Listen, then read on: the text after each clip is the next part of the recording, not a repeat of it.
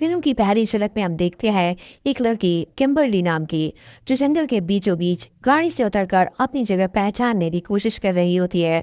वो अपनी reality show में हिस्सा लेने आई है और उसे लगता है कि ये सब एक शो का हिस्सा है। किम्बरली अपने साथ एक कैमरा लिए हुए जंगल में चलने लगती है। वो सोचते कि शायद कोई प्रैंक या एक्टिंग सीन शुरू होने वाला है, लेकिन थोड़ी ही देर में उसके चेहरे से हंसी गायब हो जाती है जब उसे कोई दिखता है जो उसे घूर रहा होता है।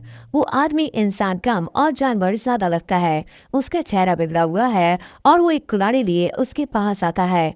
किम्बरली डर के मारे भागने लगती है, लेकिन जैसे वो आगे जाती है एक और डरावना म्यूटेंट उसके सामने खड़ा होता है। इससे पहले कि वो कुछ समझ पाए एक झटके में उसका सिर काट दिया जाता है और खून की धार बहने लगती है। कैमरा कट होता है और फिर दिखती है फिल्म की असली ओपनिंग। अब हम मिलते हैं शो की असली होस्ट डेल मर्फी से। डेल एक वो मिलिट्री ऑफिसर है जो अब एक survival reality show ultimate सर्वाइवलिस्ट host कर रहा है। शो की थीम यही है कि कुछ कंटेस्टेंट को जंगल में छोड़ दिया जाएगा और उन्हें वहां से जिंदा निकलना होगा अपने स्किल्स और ताकत के दम पर।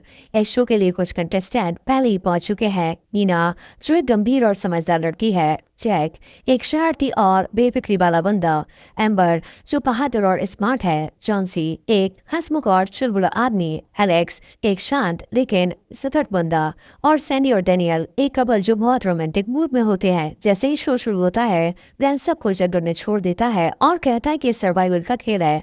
तुम सबको अपने दम पर रहना होगा, खाना खोजना होगा, रास्ते बनाने होंगे और सबसे जरूरी बचना होगा। किसी को नहीं पता ये सिर्फ एक शो नहीं है, ये असली मौत की कड़ी है जो धीरे धीरे करीब आ रही है। अब कहानी एक एक करके इन कंटेस्टेंट पर फोकस करने लगती है। सैनी और डेनियल जंगल के एक किनारे पर कैंप करते हैं। दोनों आपस में रोमांटिक बातों में खोई हुई है, लेकिन तभी झाड़ू के पीछे से कोई उन्हें देख रहा होता है।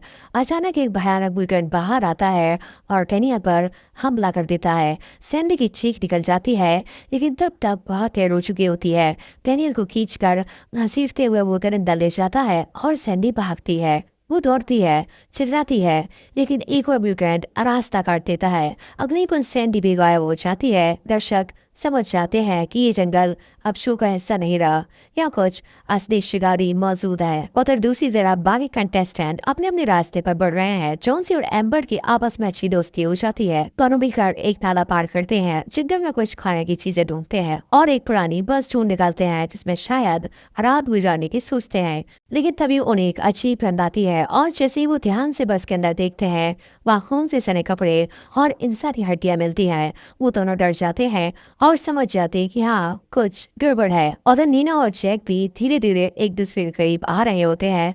नीना बहुत सतर्क है, उसे बार बार लगता है कि कोई उन्हें देख रहा है। जैक मजाक करता है, लेकिन नीना गंभीर रहती है। तभी उन्हें कुछ अजीब आवाजें सुनाई देती है और वो छुप जाते हैं। कैमरा जब कट होता है तो आगे पर हम देखते हैं कि डेल मर्फी जो शो को मॉनिटर कर रहा है उसे भी कुछ शक होता है। उसका कैमरा फीड अचानक रुक जाता है और वो अकेले ही जंगल की तरफ निकल पड़ता है, ये देखने के लिए कि असल में क्या हो रहा है। जैसे जैसे रात गहराती है जंगल में खतरे भी पड़ने लगते हैं। म्यूटेंट एक एक करके कंटेस्टेंट को निशाना बनाना शुरू कर देते हैं। सबसे पहले एलेक्स पर हमला होता है। वो अपने आप को बचाने की कोशिश करता है, पेड़ों पर चढ़ता है, लेकिन उसे घसीट दिया जाता है और कैमरा सिर्फ उसकी चीख दिखाता है। एम्बर और जॉन्सी जो बस में थे अब भागने लगते हैं। जॉन्सी कहता है कि हमें मिलकर लड़ना होगा, लेकिन तभी एक तीर उसकी छाती चीर देता है और वो वहीं गिर जाता है।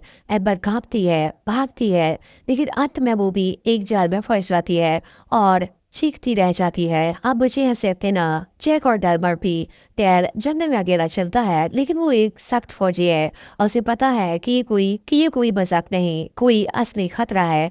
रास्ते में उसे एक छोटी झोपड़ी मिलती है जिसके अंदर अजीब सी गंध है। जैसे ही वो अंदर जाता है वहाँ इंसानी शरीर कटे पटे हुए मिलते हैं, किसी का सर, किसी की टांग, जैसे किसी ने इंसानों का कसाई खाना बना रखा हो। तभी पीछे से एक हीकेट उस पर हमला करता है। डेल बहादुरी से लड़ता है, उसे घायल करता है और वहाँ से भाग जाता है। नीना और जैक भी जंगल में एक कोने में छुपे होते हैं। नीना कहती है कि अब हमें भागना नहीं, लड़ना होगा। जैक भी सहमत होता है। दोनों मिलकर कुछ हथियार ढूंढते हैं, एक धारदार चाकू, कुछ तीन डिब्बे, जिनमें पेट्रोल है और एक जलती हुई लकड़ी। वो एक जाल बिछाते हैं। जैसे एक न्यूट्रेंट उनके पास आता है, जैक उसे लग जाता है और निना पीछे से आग लगा देती है। न्यूट्रेंट जलता है और उसकी थी जंगल में कूदती है। लेकिन कहानी अभी खत्म नहीं होती। न्यूट्रेंट का एक पूरा परिवार है, एक बूढ़ा बाप, दो डरावने बेटे और एक गर्भवती म्यूटेंट औरत जो बचे हुए इंसानों को अपना शिकार बना रही है।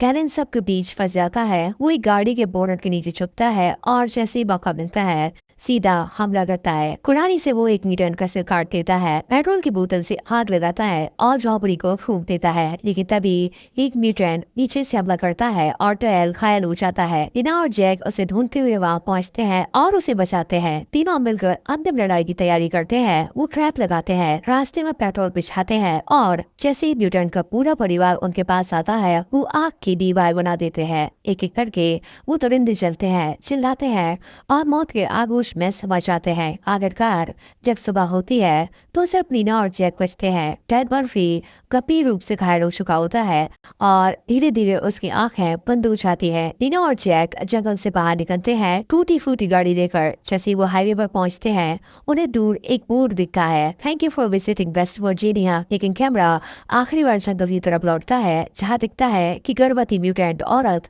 अभी भी जिंदा है और उसकी कूद में एक बच्चा हिल रहा होता है।